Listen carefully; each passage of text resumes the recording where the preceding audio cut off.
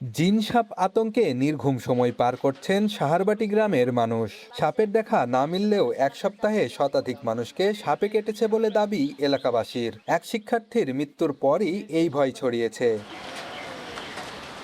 গেল 12ই জুলাই রাতে ঘুমের মাঝে সাপের কামড়ের শিকার হয় সপ্তম শ্রেণীর শিক্ষার্থী জুই খাতুন, আর সেই সাথে নিভে যায় তার চিকিৎসক হওয়ার স্বপ্ন। রাত 3টা থেকে সকাল 7টা পর্যন্ত বাঁচার যুদ্ধে হার মানে জুই। আর এই 5 ঘন্টায় তাকে নিয়ে কখনো ওঝা কখনো হাসপাতালে ছুটেছেন স্বজনরা। অ্যান্টিভেনাম প্রয়োগের পরও আর বাঁচানো যায়নি জুইকে। এজন্য চিকিৎসকের অবহেলাকে দায়ী করছেন পরিবার। তবে চিকিৎসকরা বলছেন প্রাথমিক পরীক্ষায় সাপের বিষের উপস্থিতি মেলেনি জুয়ের শরীরে।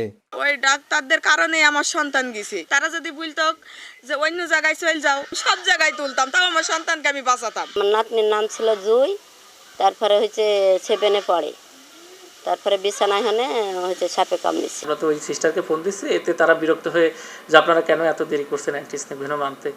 তো এটা আপনার ওই বুঝাই বলার চেষ্টা করলে তারা এক পর্যায়ে বলে যে না আমরা কবিরাজকে দেখাবো, এই বলে চলে যায়। AKS অর্জন করলো গিনেস ওয়ার্ল্ড রেকর্ডস।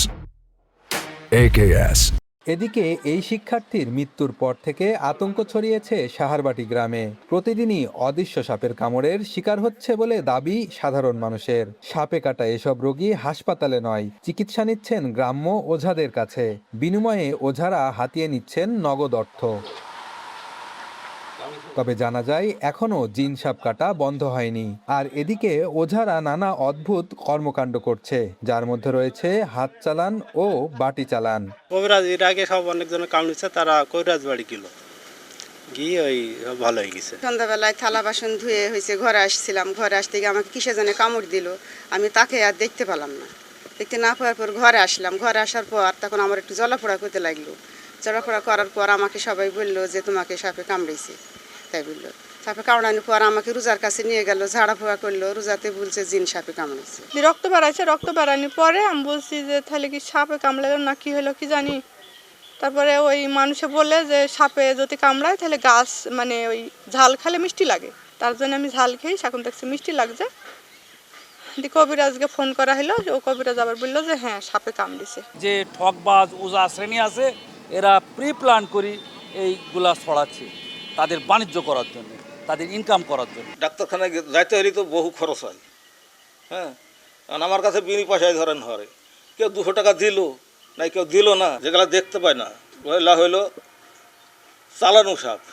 কেউ যদি চালান করে তাহলে ওভাবে উড়ি বেড়ায়। যদি কামড়ায় আল্লাহ ভালো করবে, আমি হেল্লা আমার ছুঁয়ে আমার দোয়াতে ভালো হবে। এটি কোরআন ও সুন্নাহ পরিপন্থী বলছেন ইসলামী বিশেষজ্ঞরা। আর সিভিল সার্জন বলছেন মানসিক সমস্যার কারণেই গ্রামটিতে এমন ভীতিকর পরিস্থিতির সৃষ্টি হয়েছে।